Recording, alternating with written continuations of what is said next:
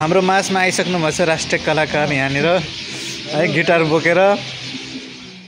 जीवन भाइलाई चाहिँ यस गिटारको साउन्ड चाहिँ पहिलेदेखि नै मनपर्ने भएको कारणले गर्दा यो जति पुरानो भए तापनि यसलाई खर्च गरेर राम्रो रिपेयर गरेर आफ्नो स्टुडियोमा युज गर्ने उहाँको चाहिँ योजना थियो। त्यसै कारणले उहाँले महँगै खर्च लाए पनि म चाहिँ यसलाई रिपेयर गर्छु भनेर मलाई भन्नुभयो।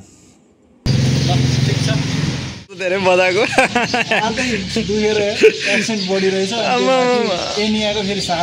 हामी हालैमै भएको एउटा प्रोग्रामको विषयमा कुराकानी गर्दैछौँ जहाँनिर चाहिँ गिटारको एक्सनले हामी दुईटैले गिटार बजाउन लास्टै गाह्रो भएको थियो। मैले बजाउने बेलामा उसले गिटार बजाएर भ्याए, त्यसपछि मेरो पाला आयो, मेरो पाला आएन, मलाई पनि राम्रो अम्मा यस्तो एक्सन उठेको होइन।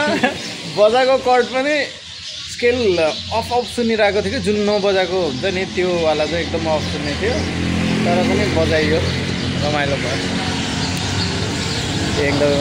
अनि राज भाइ के भन्नु छ एक्सनको विषयमा? एक्सनको विषयमा म केही भन्दिनँ, तर प्लिज यो भिडियो हेर्नेले like comment share and subscribe गरिदिनु पर्यो। Thank you. ए ल धन्यवाद। अरू केही चाहिँ बनाउनु पर्ने कि जान्छ त्यो? यसलाई दुईटैले गिटार केबल बनाइदिने, यो हटाइदिने माथिको टाउको यो। ल तिमीलाई अफर दिन्छु नि त। यो टाउको तिमीलाई चाहिन्छ?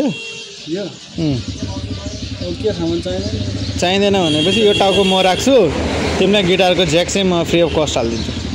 त्यो भएपछि काम सिधै मलाई टाउको आयो, तिमीलाई खुट्टा गयो होइन त? यो राम्रो छ, ठिकै छ, डिसेन्ट हो यो पनि, प्राइजमा आउने भने। जीवन भाइको काम चाहिँ सजिलो थिएन पनि माथिबाट खर्च पनि लाग्यो। हेर्नुहोस्, फ्रेट रोलर चाहिँ मैले किनेर ल्याउनु पर्यो स्पेसली जीवनको गिटारको कामको लागि। त्यसै कारणले मेरा साथीभाइ हो, मैले तपाईँहरूलाई राम्रो सुविस्ता दिनलाई राम्रो खर्च गरेर छु। त्यस कारण प्लिज आउनुहोस्, मबाट मात्रै रिपेयर गर्नुहोस् रे। राम्रो बेस्टभन्दा बेस्ट दिने कोसिस गरिरहेको, त्यस कारणले खर्चहरू भइरहेछ। सो खर्च अनुसारले इन्कम पनि भइरहेको छ। गिटार मात्रै होइन, गिटारमा भएको इक्वलाइजर पनि बन्ला जस्तो लागेको कारणले सबै पाटपुर्जा खोलखाल पारेर मैले रिपेयर गरेँ र यो कति समयसम्म थन्किरहेको थियो, तर यो बन्यो अनि यसबाट साउन्ड पनि आयो। अनि मैले जीवन भाइलाई यस बारेमा बताएँ अनि भाइ चाहिँ धेरै नै खुसी हुनुहुन्थ्यो। यसको ब्याट्री क्याबिनेट पनि मसँग एउटा पुरानो मिल्दो रहेछ। ओके, सो हाम्रो जीवन सरको गिटार रेडी भइसक्यो। अनि जीवनमा सबैभन्दा धेरै जीवनको गिटार हो, तर जीवनको कुरा गर्दैछु म। जीवन भाइको कुरा गरेँ होइन, तर हाम्रो जीवनको कुरामा चाहिँ सबैभन्दा प्रिसियस कुरा चाहिँ छोरा मान्छेको लागि चाहिँ यही कपाल हुँदो रहेछ। हेर्नुहोस्, तपाईँहरूको सेवा गर्दा गर्दा होइन, काम गर्दा गर्दा मान्छे जति धेरै धनी भयो त्यति निधार बढ्दै जान्छ भने त्यो म यो लजिकलाई चाहिँ मान्दिनँ।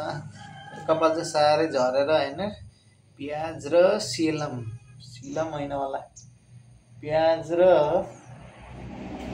खै के थियो त्यो पिनेर म रेगुलर लगाएर चाहिँ प्याज चाहिँ वान अफ द बेस्ट भइहाल्यो। अब यस्तै छ है। साउन्ड चेक गर्न लाग्यो म खासमा अहिले। साउन्ड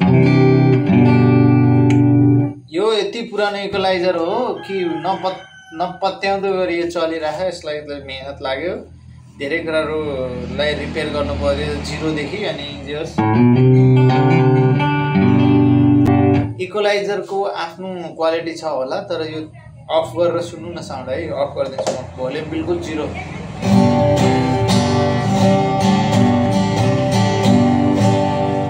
एउटा प्रोजेक्ट साउन्डलाई प्रोजेक्ट गर्ने कुरा चाहिँ साह्रै एउटा खतरा गाइदिउँ न त होइन, खतरा गाइदिउँ कि गाइस। कुन चाहिँ गीत गाऊँ भने मलाई गाली चाहिँ नगर्नु होला। विपुल छेत्रीको गीत चाहिँ मलाई एकदम मनपर्छ, म यसो गाउँछु। हेर्नु, मलाई लिरिक्स चाहिँ कन्ठै छैन है, हेरेर गाउनुपर्छ। जस्ट मैले यसो गिटार बनाइसकेपछि यसो इन्जोय गरौँ भनेर।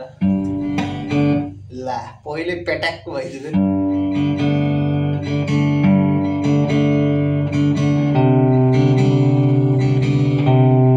मेरो आफ्नै स्टाइलमा बजाएर आएँ मैले। ओरिजिनल के छ कसो हेरेको छैन।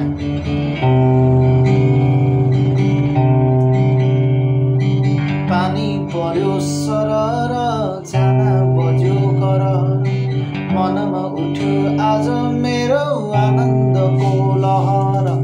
हिजोको सपना आज भएछ विपना, एकान्छी कति चाँडै बितेको यो जीवन। पानी पर्यो सरर बिजु कालिम्पोङ सहर कालो कालो बादल चढी फर्किआयो सारा आए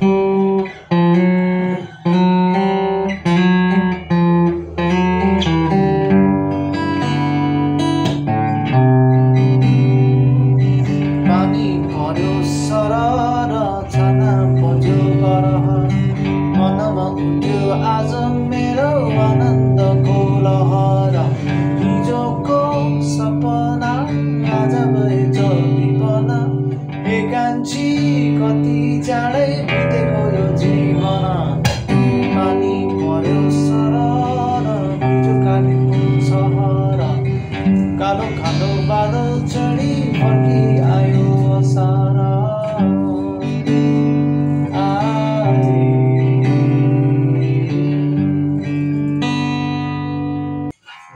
जस्ट गिटार रेडी भइसकेको छ। अब भाइको रियाक्सन पनि नोटिस गर्न बाँकी छ, भाइको रियाक्सन पनि हेर्न बाँकी छ।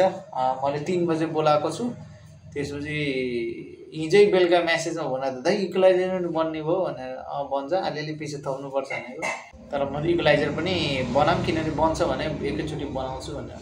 तर अलिकति साउन्डमा यहाँनिर स्ट्रिङको साउन्ड चाहिँ क्लियर आएको छैन।